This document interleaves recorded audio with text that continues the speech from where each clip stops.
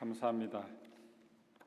오늘은 너희가 믿을 때에 성령을 받았느냐 시리즈 잠깐 한 주 접고 오늘 6.25에 관련된 설교를 하도록 하겠습니다.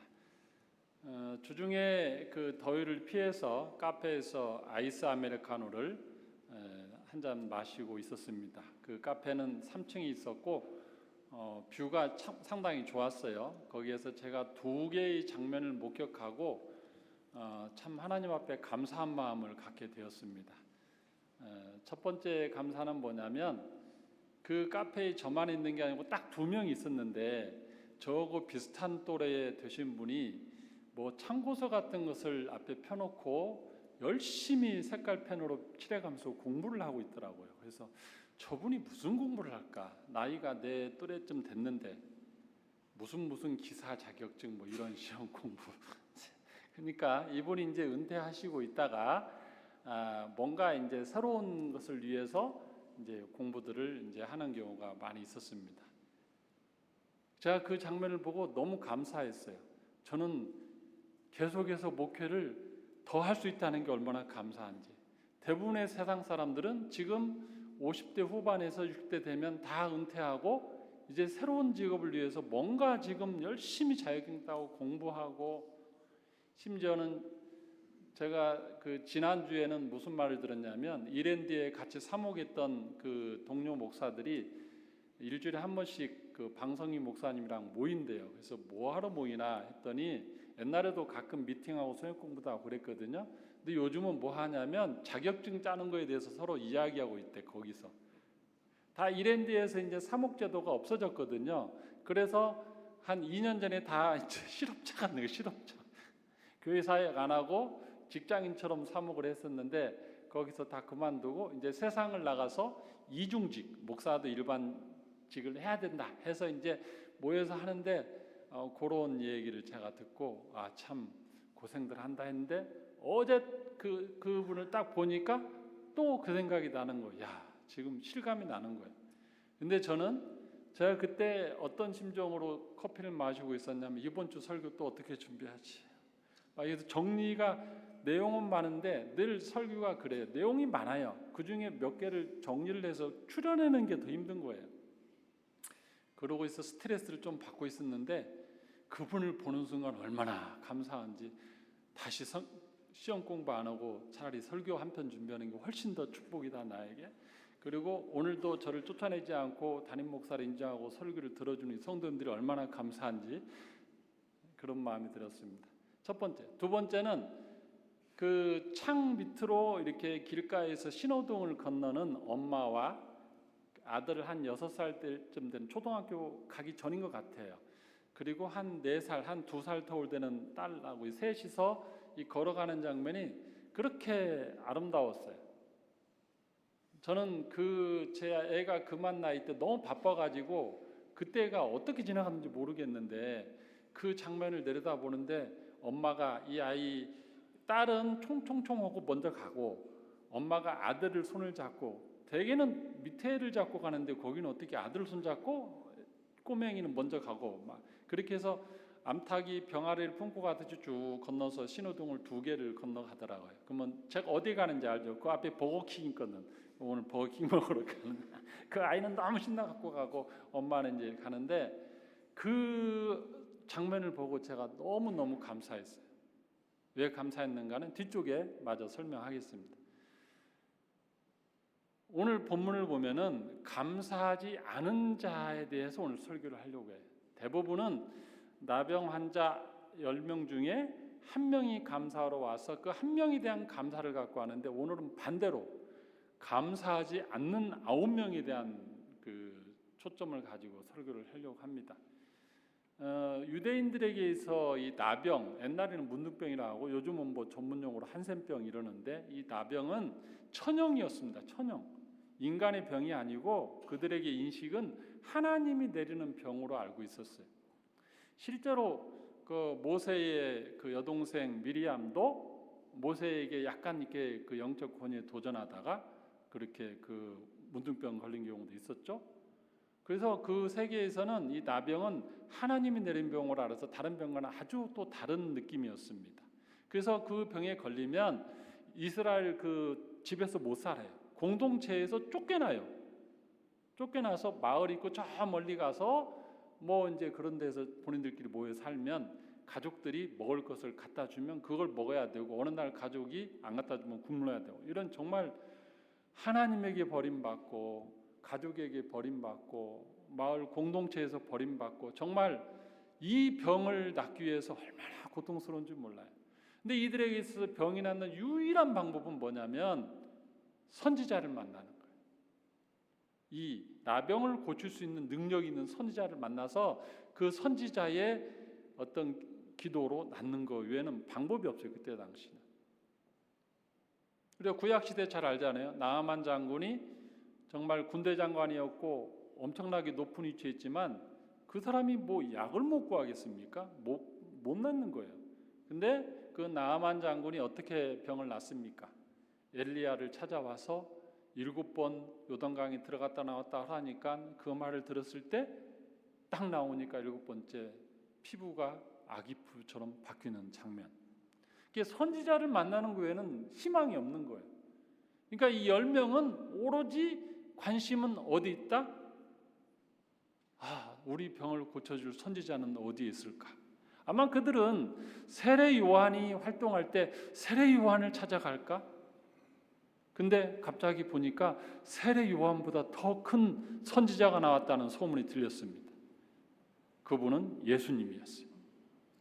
예수님이 수많은 환자들을 고친다는 말을 들었습니다. 귀신도 내쫓는다는 말을 들었습니다.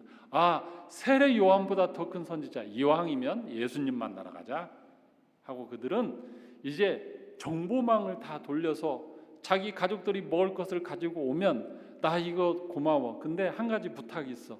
예수님이라는 분이 있다는데 그분 어디에 있어?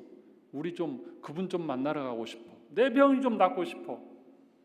아마 가족들이 그러면 딱 돌아와가지고 예수님 어디 계시지? 하고 막 이렇게 찾아서 어디 계시다는 것을 다음 밥 먹으러 갈 때 알려주고 뭐 이런 일을 아마 했을 거라는 생각이 들어요. 정황적으로 10명이 한꺼번에 모이기도 쉽지 않잖아요. 다 드디어 이제 정보가 들어왔습니다. 예수님이 사마리아에서 갈릴리로 가는 어느 마을로 지금 지나간대. 가족이 급하게 알린 거예요. 그러니까 이 나병 환자가 나도 갈래 하고 이제 10명이 모여서 단체로 이제 이동한 거예요. 그래가지고 마을에 여기 보면 이제 마을의 중앙에 가기 전에 이들은 변두리에 있으니까 입구에서 예수님이 지나가는 게 보였을 거 아닙니까? 왜냐하면 예수님 혼자 가는 게 아니잖아요. 예수님이 옷 복장도 랍비 오시고 또 제자들 가고 분위기 보면 알잖아요. 그래서 가까이 앞에는 못 갑니다. 왜냐하면 법으로 못 가요. 멀리서 예수 선생이여 우리를 좀 불쌍히 여겨주세요. 이 선생이란 말은 선지자란 말이랑 똑같아요. 선지자님 우리를 좀 낫게 해주세요. 그러니까 예수님이 이렇게 보시고 그들의 형편을 아시잖아요. 예수님이 뭐라고 하십니까? 그래 너희 질병이 나을지어다 이렇게 하지 않고 거기서 참 그 복선을 깔고 하신 말씀이 있어요. 너희를 몸을 제사장들에게 가서 보여라 이렇게 합니다. 이건 무슨 의미냐면 구약 율법을 알아야 되는데 구약에서는 나병이 발병하면 이게 나병이라고 확인받는 것도 제사장이 해주고 나병이 나으면 어떤 선지자 만나서 나으면 이 나병이 나았다는 것을 확인받고 마을로 가려면 누구에게 확인받아야 제사장이 확인해주면 너 나았네 하고 딱 도장을 찍어줘. 지금으로 말하면 말이 도장이고 이렇게 확인해 주는 거예요. 그러면 마을로 갈 수 있었어요. 제사장을 만나러 가는 것은 발병이나 치유나 둘 중에 하나. 그러니까 예수님이 제사장에게 가서 네 몸을 보이라 한 건 뭡니까? 너는 이미 나았는데 아직 피부로는 나타나지 않았지만 예수님은 낫게 한 거예요. 가는 사이에 이제 낫는 거죠. 본문에도 보면 가는 사이에 나았어요.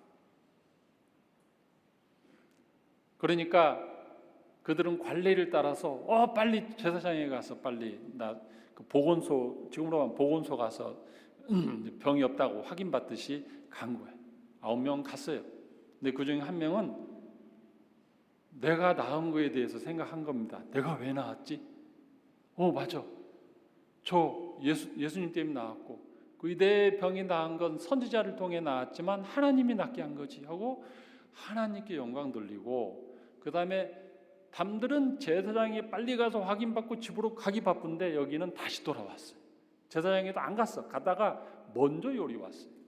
와가지고 하나님께 영광 돌리고 예수님께 너무 감사합니다 하고 그 앞에서 절을 했어요. 그러니까 예수님이 물끄러미 보죠.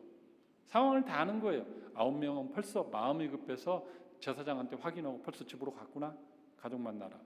근데 이 사람은 참 하나님께 영광 돌리고 나한테 와서 감사를 표하네.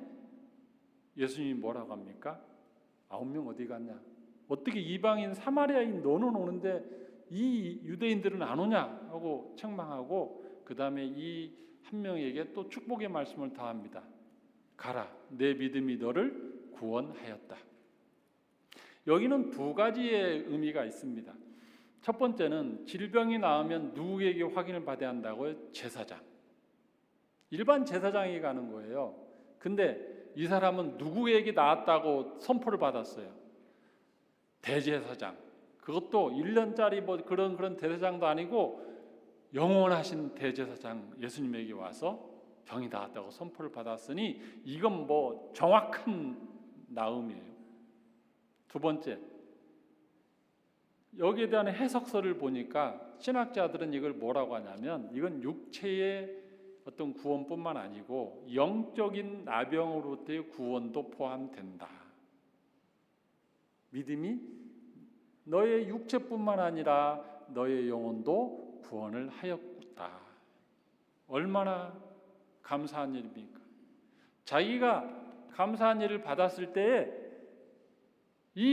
그 받은 대상에 가서 감사를 표할 때 그 상대는 더 큰 감사를 줬죠. 근데 오늘의 설교 주제는 이 한 명이 아니고 누구다? 도망간 이 9명. 도망간 9명. 그래서 제가 또 가만히 묵상을 했어요. 9명은 어떻게 됐을까? 더 이상 구절은 안 나오는데 나가서 갔다가 감사를 안 했으니까 제사장에게 나았는데 다시 집에 가다 다시 또 나병이 발병했다. 그건 아닐 것 같아요. 예수님이 한번 고쳐주시면 삐져가지고 다시 발병생이 그런 분은 아니시니까 그들도 완벽하게 낫긴 나았을 거예요. 그러나 그 이상은 아니죠. 그 이상의 은혜는 없는 거예요. 그거 한 번 딱 그렇겠구나. 그 사람들은 예수님에게 감사를 표하지 않고 은혜를 받은 것에 대해서 고마워하지도 않았어요. 당연한 듯이 그냥 집으로 돌아갔어요. 근데 그들만 지금 그러고 있는가? 제가요 주중에 그 홍 목사님이 그 제자들 방에 단톡방에 올리는 그 6.25에 대한 어떤 분이 한글 쓴 거를 올려주셨어요. 그래서 저는 그거 읽고 너무 마음에 감동이 되었고 미국이라는 나라에 대해서 너무 감사한 거예요. 미국의 그 국민들, 그 군인들을 내어준 그 엄마 너무 고마운 거예요.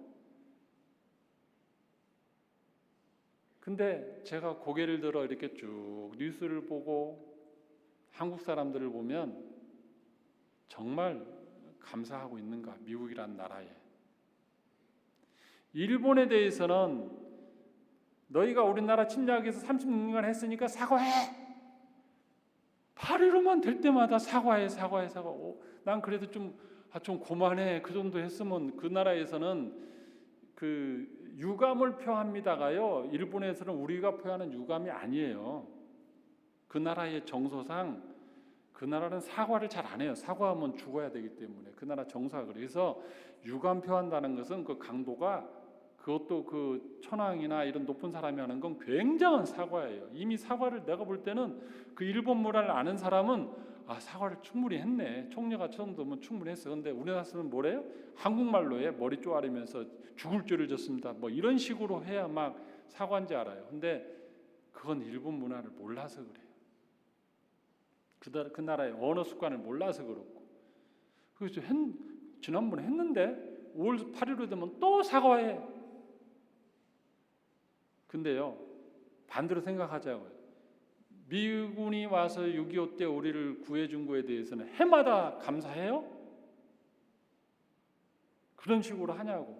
미국을 향해서 대통령이 6.25 때마다 와서 우리 대한민국을 북한 공산주의와 이 모든 것에서 자유민주 지켜준 것에 대해서 우리 정말 대통령이 감사를 늘 하냐고요. 근데 감사는 안 하고 사과는 맨날 하라고. 그래서 참 우리나라 국민성도 참 이 부분은 좀 그렇다, 그런 생각을 해요. 그래서 오늘은 6.25 기념주일이고 거기에 대한 설교를 하기로 했으니까 오늘은 그 얼마나 우리가 그 미국이라는 나라에 감사해야 되는지 좀 구체적인 예를 제가 읽을까 하다가 요즘 눈이 잘 안 보이고 자꾸 이렇게 돋보기 쓰고 보기가 그래서 시력이 좋은 유수정 실장에게 부탁했습니다. 목소리도 좋고 소리가 커요. 그래서 소리가 잘 들릴 거예요. 잠깐 나오셔서 읽어주십시오.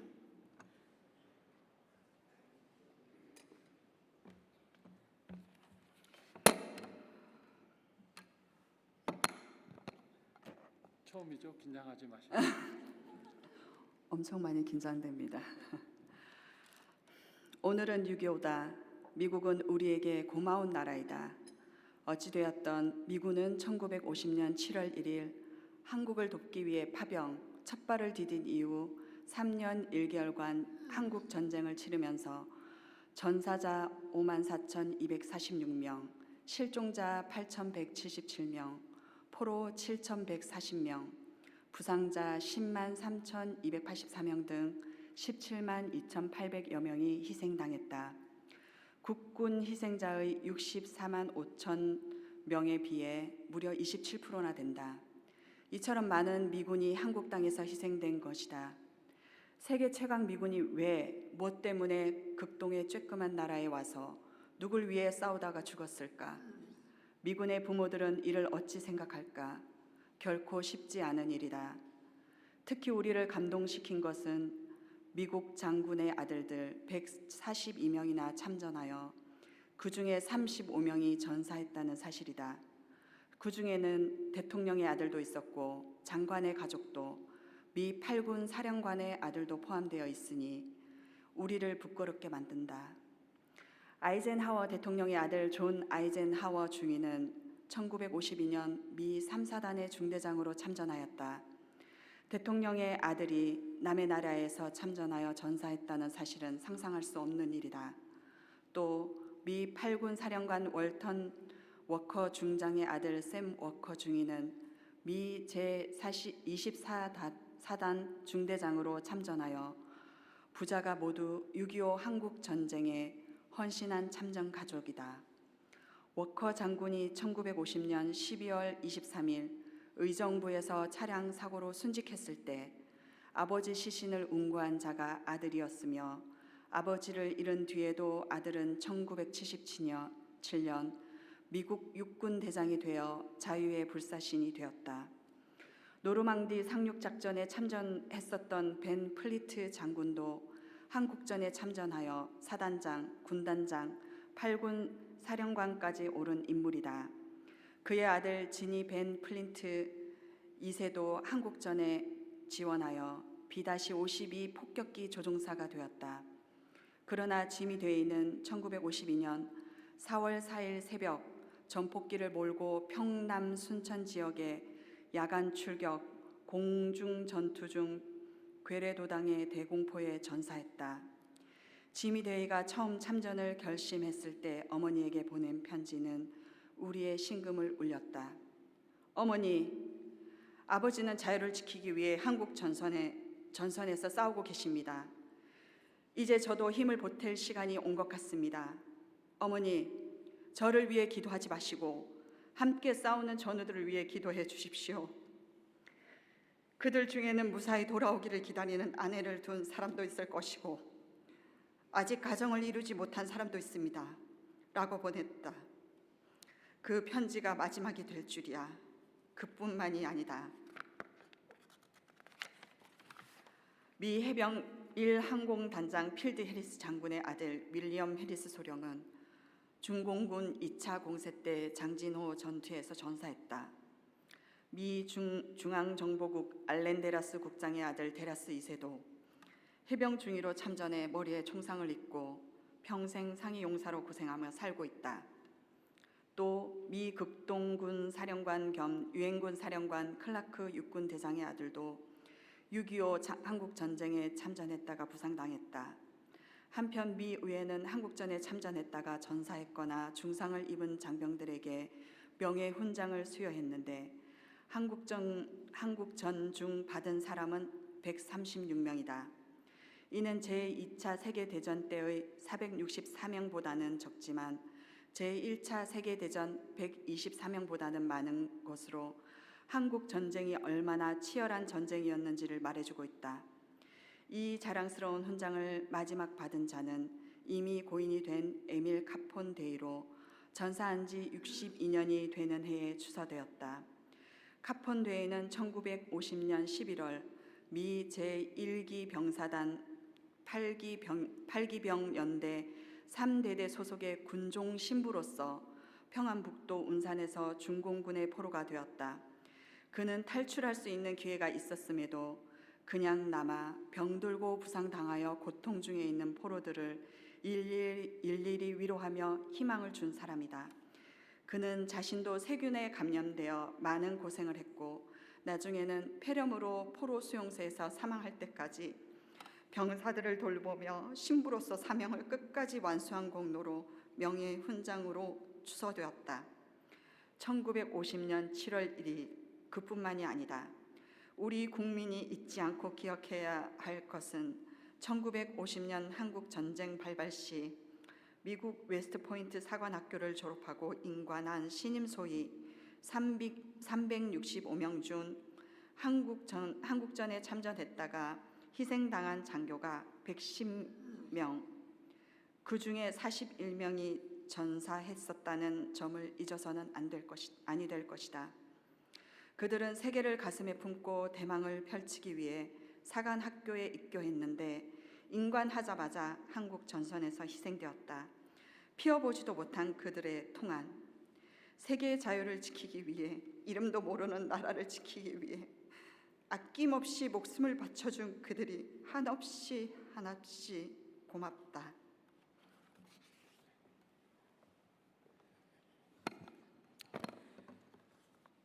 참 슬프죠. 감사하고 눈물 나고.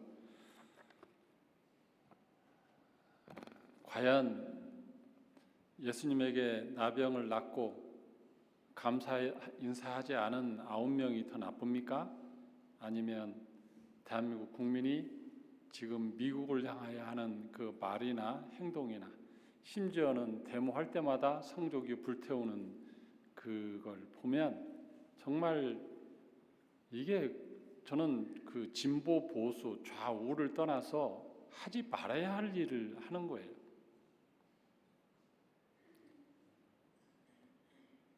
정치인들이야 진보 측 주장을 하면서 반일, 반미를 외치고 친북을 그 프레임을 해서 어떤 그 표를 얻으려고 하는 그런 건 이해해요. 정치는 그래, 그렇게 백성들을 이용하니까.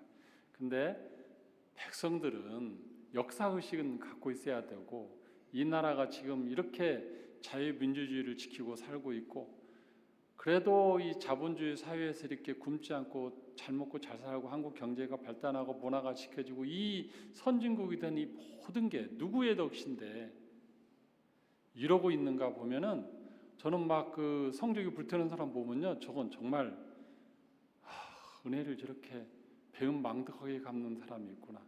아무리 이념이고 그런 걸 떠나서 심지어는 그 배경을 보면 그래요. 저도 이제 80년대 학생운동 때 데모도 하고 했던 사람이니까 다 그 세계를 알아요. 제 친구들이 이미 아직도 거기서 골수처럼 하고 있고 그쪽 정치판에서 민주당 이쪽에서 뭐 하고 다 알아. 얼굴도 알고 전화는 안 하지만 그때 배운 그 논리가 뭐였냐면 그때 언더서클에서 책을 한 10권 이상 읽어야 되거든요. 다 읽고 세뇌 당해요. 저희 집사람도 그쪽에 빈민투 출신이에요. 빈민투. 그래가지고 조선대 가서 막 그 데모하고 광주 시민들 박수 받고 데모하고 꽤 세요. 근데 요즘은 저하고 있으면서 이제 의식이 주사파 쪽에서 이쪽으로 이렇게 왔어요. 그래서 저 얼마 전에는 내가 주사파에 속고 살았네. 그래. 지금은 이제 제가 정치 논쟁하자는 게 아니고 저는 도리, 은혜, 감사 이 인간의 그걸 제가 하자는 거예요. 거기서 뭐라고 하냐면 출발점이 그거예요. 북한은 해방되었다. 남한은 아직 식민지다. 북한은 어떻게 해방되었는가? 북한은 일제 제국주의에서 우리가 있을 때에 소련군이 와서 우리를 해방시켰다. 소련군은 해방군이다. 이렇게 해요. 그래서 그래. 거기까지는 그런 것 같아요. 근데 남한은 일제 제국주의에 미제국주의가 와서 그들을 몰아내고 아직도 미제국주의가 우리를 다스린다. 대한민국은 아직도 식민지다.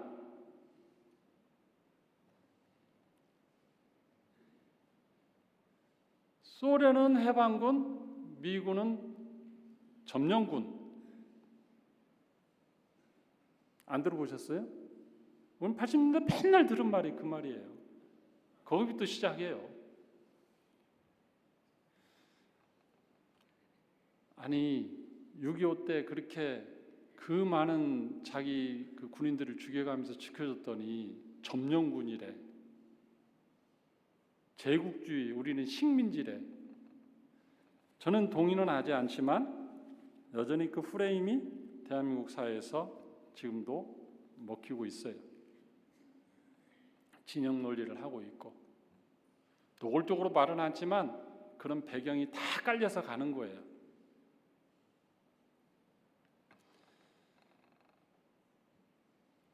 2002년도에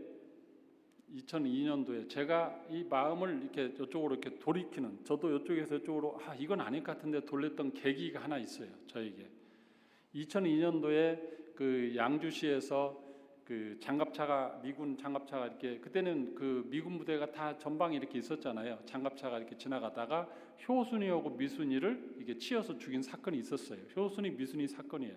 그때 대한민국에 얼마나 많은 데모가 있었는지 여러분 기억하시나요? 그때 데모가 굉장했어요. 그래서 나는 그때 보면서 아니 장갑차가 가다 보면, 아니 자동차도 가다 보면 트럭에 치여서 사람 길거리 걷는 사람이 잘못하면 교통사고 날 수도 있는데, 장갑차는 이게 굉장히 그 뭐랄까 시야가 없어요. 전방이 근무해본 분은 알아요. 그리고 폭이 넓고, 그러니까 아차하면 그냥 사람 치면 그냥 그것도 대형 사고예요. 그러니까 두 아이가 치여 죽었는데, 그래서 데모, 그걸 기점으로 해서 진보 진영에서 얼마나 데모를 세게 몰고 나갔는지 나는 아니 저거 교통사고를 왜 저렇게까지 하지? 그래가지고 너무 심하니까 주한미군 사령관이 사과하고, 심지어는 미국 대통령까지 참 유감을 표하고 다 그랬어요. 그 정도면 가라앉아야 되는데 그렇지 않고 계속 그걸 정치 이슈로 삼아왔던 걸 보고 이건 좀 아닌 것 같아. 자, 그런 마음을 가졌어요. 교통사고와 이거를 구분을 못해. 죄송합니다. 혹시 이 가운데 지금 이거 말하면 안 되지. 정치 얘기하면 안 돼. 어쨌든 저와 의견을 달리하는 사람이 있다 하더라도 제가 말한 건 정치 이념이 아니고 미국에 대한 그 감사와 개념이에요. 미국을 어떻게 태하느냐. 미군을. 제가 이 아이를 보면서 왜 감사했는지 아세요? 제가 설교를 어느 정도 이렇게 하고 있었어요. 그 과정에 커피숍에서 그 아이를 본 거예요. 봤는데 저 아이는 엄마에게 어떤 사람일까? 저 엄마가 손을 잡고 가, 딸은 퉁퉁퉁퉁 가고, 저 아이는 엄마에게 어떤 존재인가? 만약에 이 아이가 청년이 되어 군대를 갔어요. 군대에 입대를 했어. 근데 대한민국에 전쟁이 났어. 최전방으로 갔어. 어쩔 수 없이. 거기서 이 아이가 전투하다 사망했을 때 그 엄마의 심정은 어땠을 것 같아요? 아들 하나인데.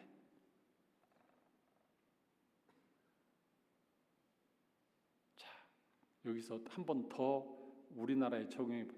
요즘 중국이 대만을 뭐 2027년에 뭐 전쟁을 하네 반에 그런 말들이 들리잖아요. 정말 대만에서 전쟁이 났다.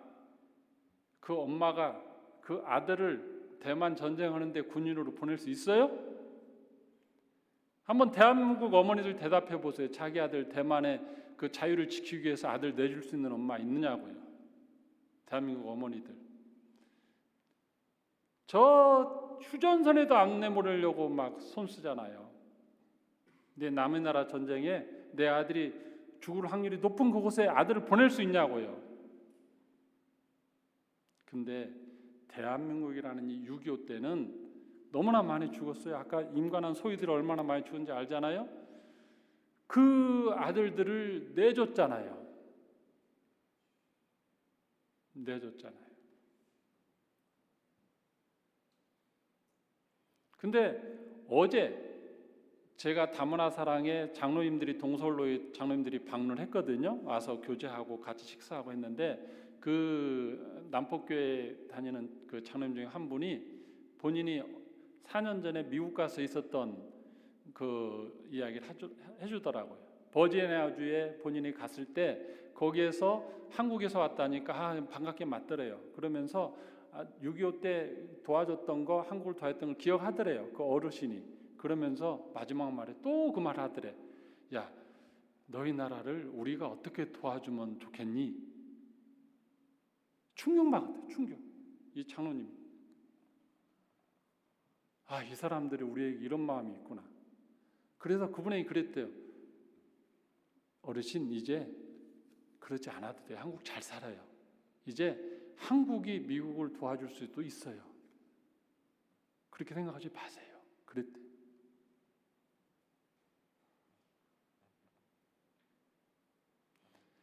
우리는 은혜를 잊고 감사하지 않는데 그분은 아직도 한국이라면 뭘 도와줄까? 근데 성조기를 불태워요? 아무리 이념이고 뭘 떠나서 아무리 그냥 이념 걸 떠나서 역사를 봐야지. 역사. 우리가 어떻게 그분들에게 은혜를 잊고 감사를 입었는지.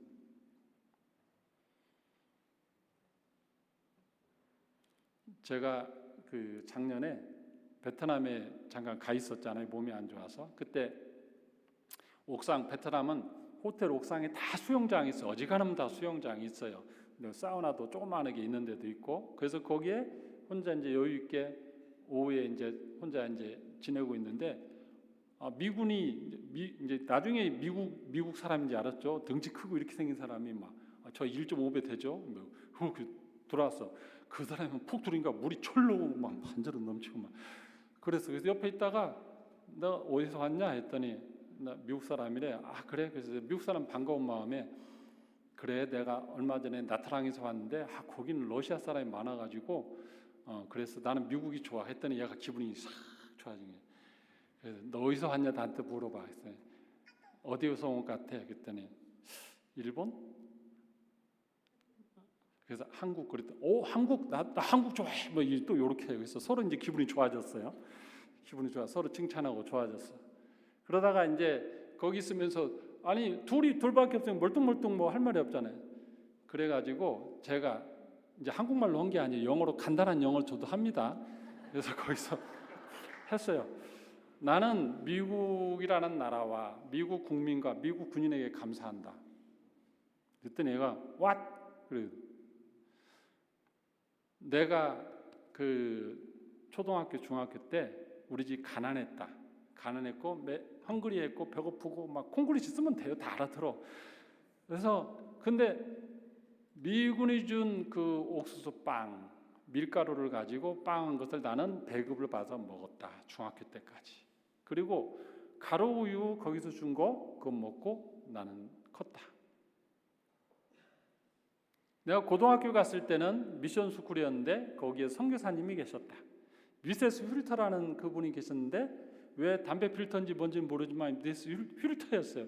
필터 발음도 어려워 그분이 저희를 불러가지고 굿뉴스 바이블 영어 성경을 가르쳐주고 홍차에다가 쿠키 맛있는 거 뭐 얼마나 맛있는지 알아요? 한국에서는 그때 당시 없었어요. 그런 거 못 먹었어. 근데 테이블에 테이블포 딱 치우고요. 굿뉴스 바이블 이렇게 쫙 놓고 앉아서 홍차에 쿠키 맛있는 거 달달한 거 이렇게 주는데 너무 맛있어. 저는 굿뉴스 바이블 배우러 간 게 아니고 홍차하고 쿠키 먹으러 갔어요. 그분이 지금도 이렇게 생각나요.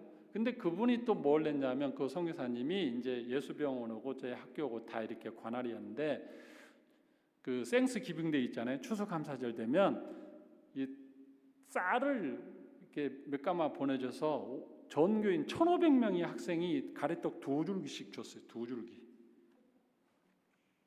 그거 먹고 추수감사절 지내고 내가 그 얘기를 했어요. 내가 하이스쿨 때는 이랬다.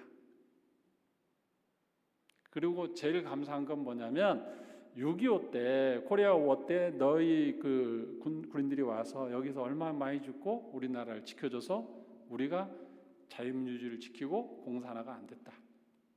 일단 공산화라는 단어가 생각이 안 나가지고 코민테린이라고 막 어찌 뭐 하니까 대충 알아듣더라고. 뭐 그렇게 하고 우리가 잘 살고 이렇게 문화적으로 한 거는 다 니들 덕분이다. 고맙다 했더니 얘가요 얼굴이 얼마나 좋아지는지 막 어쩔 줄 모르는 거예요.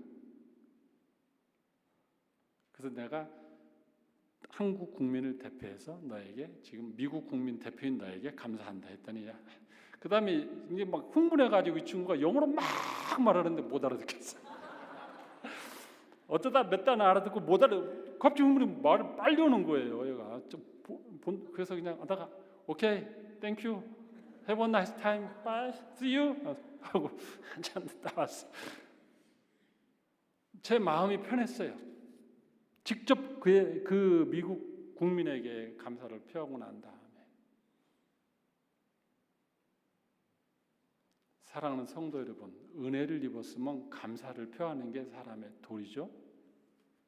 대한민국 국민은 6.25라는 이 전쟁 앞에 평생을 미국 국민과 그 군인과 아들을 내준 그 어머니와 아버지에게 감사해야 돼요.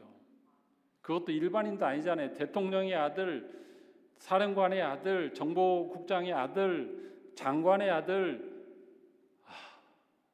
대한민국이 그렇게 내줄 수 있나요? 아니 대만에서 전쟁 나면 우리 아들들 그리 보낼 수 있냐고요. 자유를 지키기 위해서. 근데 왜 지금도 주한미군 철수?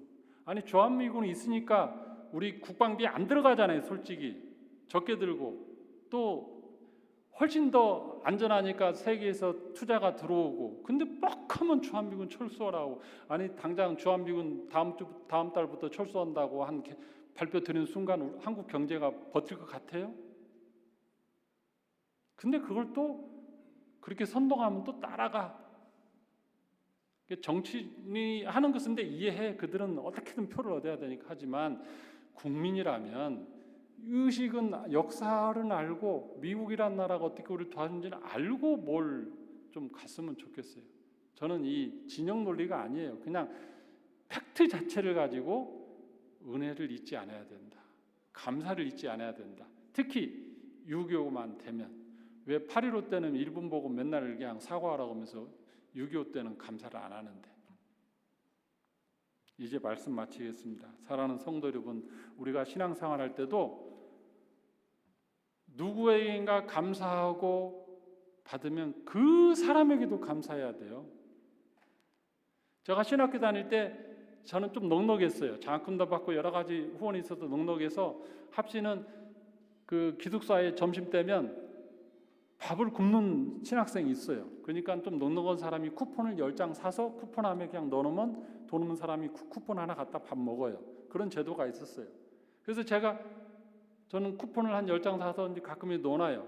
근데 그 중에 한 번은 어떤 전사님이 저한테 와서 요즘 하전사는 뭐해? 그래서 나 오늘 월요일날 그 과외 오고 왔는데 전도사가 과외! 그러는 거예요.